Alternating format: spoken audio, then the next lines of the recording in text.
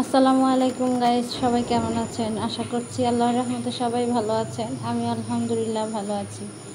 দেখতেই পাচ্ছেন এতগুলো আম প্রসেসিং করে নিয়েছি একটা থালাতে। আর এখানে হচ্ছে পাতিলে হচ্ছে আমের জন্য শিরা তৈরি করে নিয়েছি। আর এই আমগুলাকে ঢেলে দিচ্ছি। এখন হচ্ছে আমের মুরব্বা হবে। আমি আপনাদের সাথে আমের মুরব্বার রেসিপি শেয়ার করছি, তাই হচ্ছে ছোট্ট করে আলাদা ক্লিপ করে রেখেছিলাম। এটা হচ্ছে আলাদাভাবে আপনাদের সাথে শেয়ার করব। যদি আমার ভিডিওটা আপনাদের কাছে ভালো লাগে অবশ্যই আমার পাশে থাকবেন, আমাকে সাপোর্ট করবেন। দেখতেই পাচ্ছেন এক এক করে প্রত্যেকটা আমের ফলাগুলা আমি ঢেলে দিচ্ছি।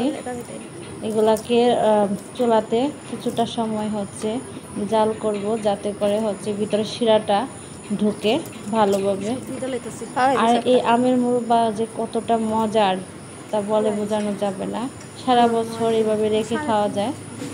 আমগুলা যেহেতু অনেক কষ্ট করে প্রসেসিং করছি, এগুলাকে ছিলে তারপরে হচ্ছে খেয়েছে চুলা পানি দিয়ে ধুয়ে ভালোভাবে ধুয়ে তারপরে হচ্ছে এগুলাকে শিরাতে ডুবাইছি।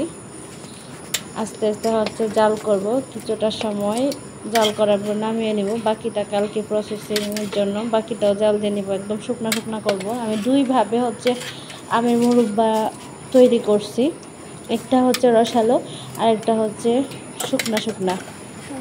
আর এই আমের মুরব্বাগুলা অনেক টেস্ট হয়।